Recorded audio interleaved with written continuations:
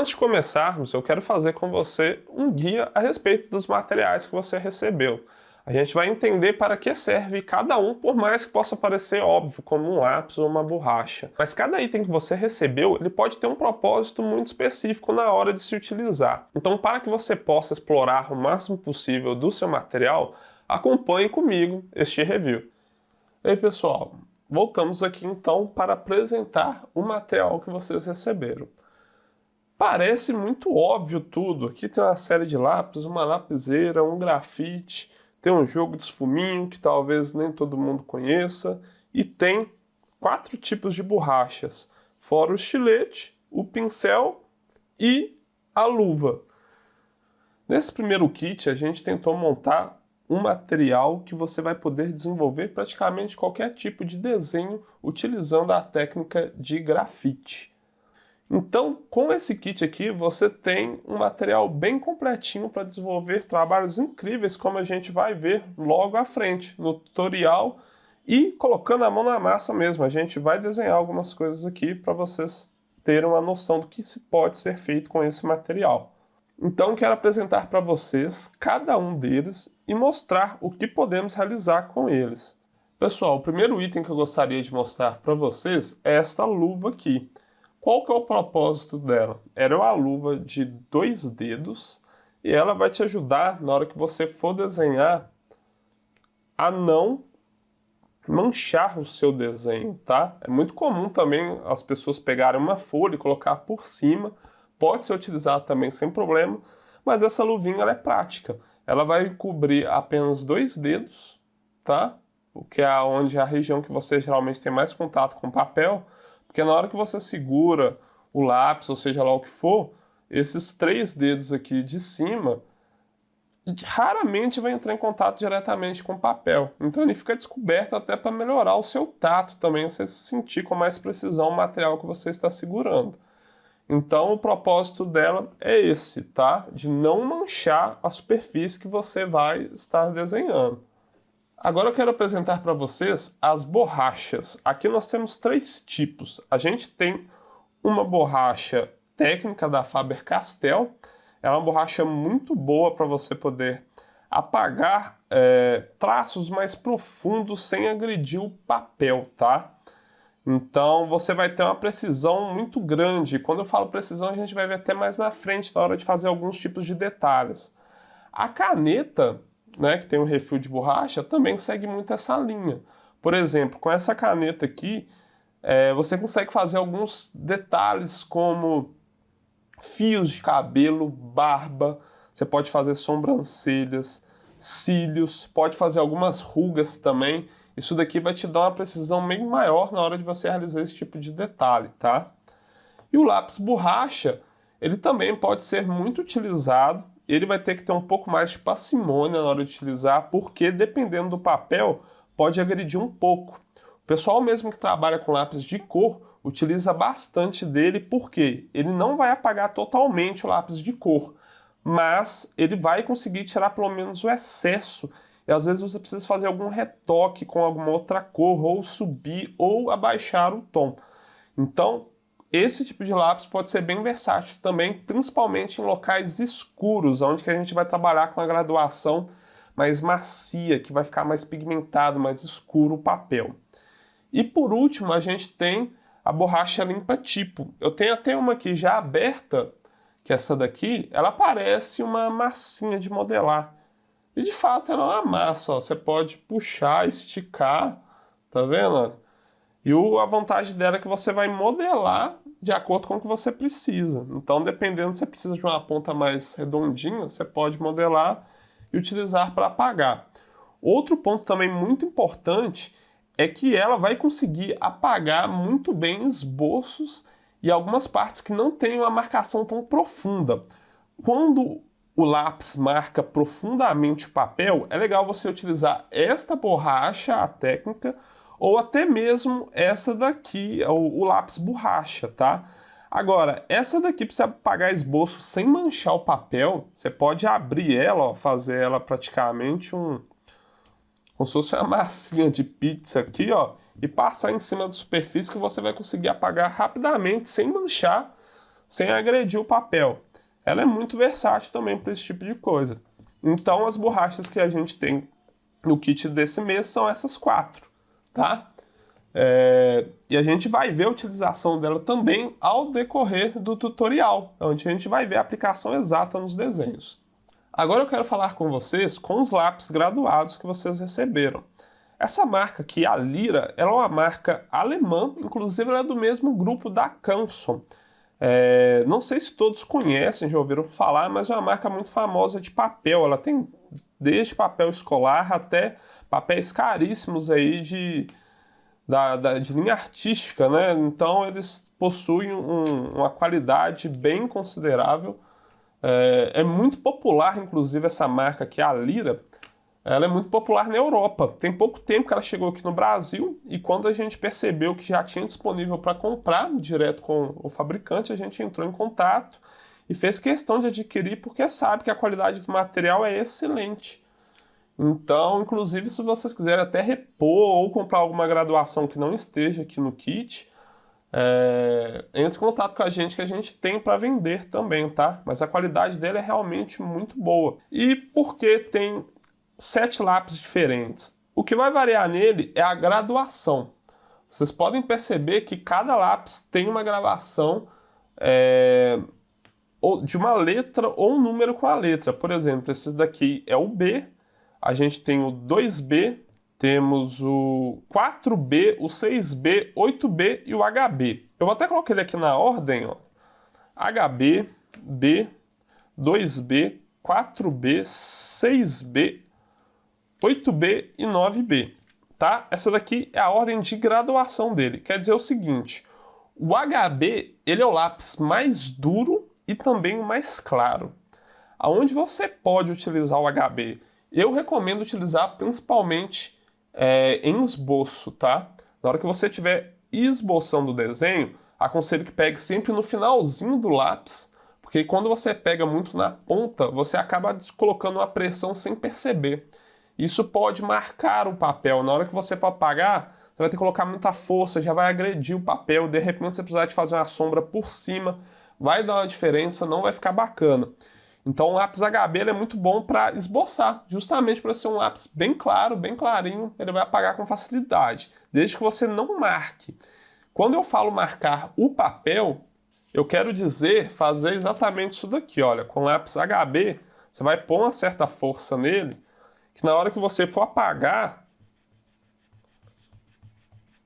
não vai sair bem, ele sempre vai ficar uma marquinha, tá vendo? Olha? E quando você for fazer a sombra depois, vai aparecer essa marca, vai ficar mais evidente ainda. Então, esboçar, tente utilizar sempre o HB e não colocando muita força. Depois do HB temos o lápis B. O lápis B ele já começa a entrar na casinha aqui, nos primos aqui, nos irmãos mais velhos dele. A gente tem o 2, o 4, o 6 e assim por diante. O B, eu aconselho ele para começar a definir algumas marcações de volume, tá? E dependendo do tom de pele que a pessoa possa ter, você já pode dar uma base, a pessoa, ou a figura, o objeto, seja lá o que você for desenhar. Se for um tom mais claro, você já pode começar a dar uma base com B.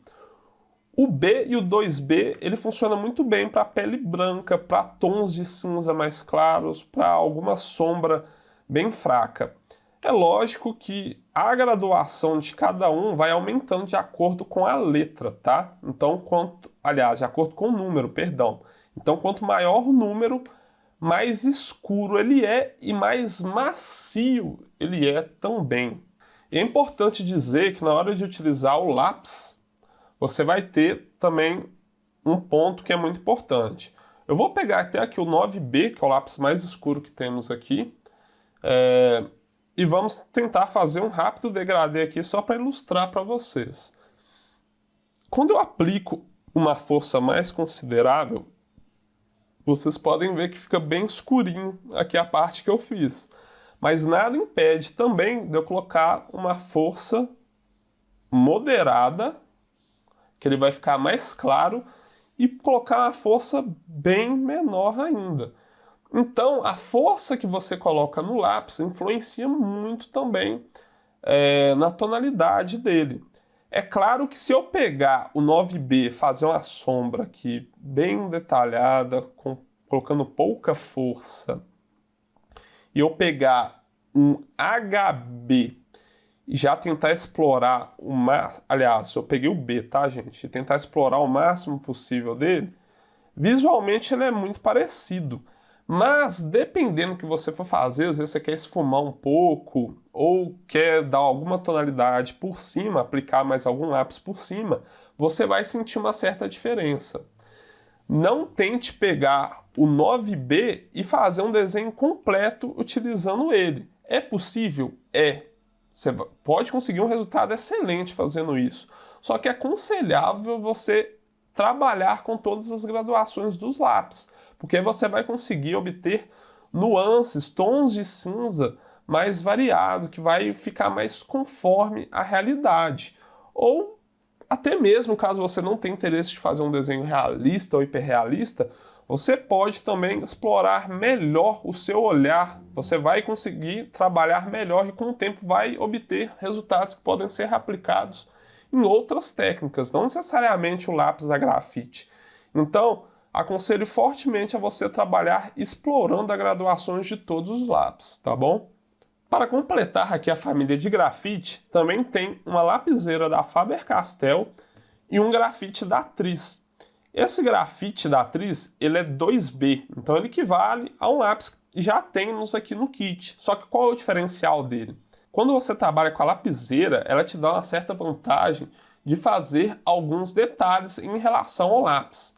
Você pode sim atingir resultados incríveis utilizando apenas o lápis. É possível. Mas a lapiseira é um complemento que a gente pensou em fornecer a vocês para ter uma experiência mais completa. Esse grafite aqui é de uma linha técnica também, tá? Não é um grafite escolar comum. Ele tem uma qualidade bem considerável, ele é bem bacana. E essa lapiseira também da Faber-Castell que vocês receberam, como podem ver, ela tem a borracha aqui na pontinha, você pode utilizar para fazer detalhes também. Ela tem um peso bacana.